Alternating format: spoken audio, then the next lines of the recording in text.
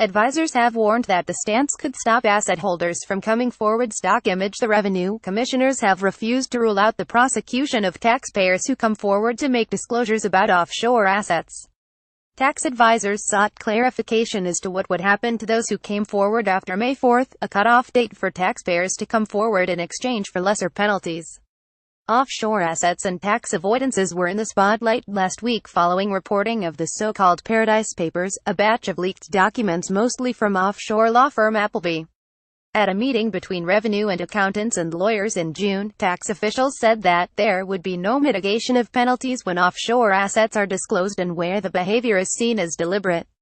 According to the minutes of the meeting, practitioners raised concerns that the possibility of criminal prosecution may prevent individuals in certain sectors from coming forward to declare any offshore defaults. Revenue previously set a deadline of May 4 for all Irish taxpayers to come forward and reveal if they had any undeclared offshore income.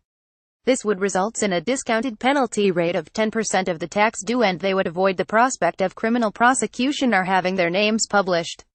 Revenue said that following the May 4 cutoff date, the facts and the evidence will determine if a case is put forward for prosecution. Each case is considered on its own merits. Should a person make a disclosure, Revenue will consider all facts of the case, but prosecution cannot be ruled out. Practitioners stated that some taxpayers would not be willing to come forward if non-prosecution was not assured. Revenue said that disclosures relating to offshore matters were still encouraged. Tax advisors also referred to the anxiety that may arise relating to offshore pensions, to which Revenue said that the income tax exemption thresholds were high in relation to this. Revenue also stated that they have no discretion when it comes to publication of cases, as naming and shaming is mandatory under legislation if the criteria are met. Revenue also said that the deadline for making a qualifying disclosure relating to offshore matters had been widely publicized. Sunday Indo Business.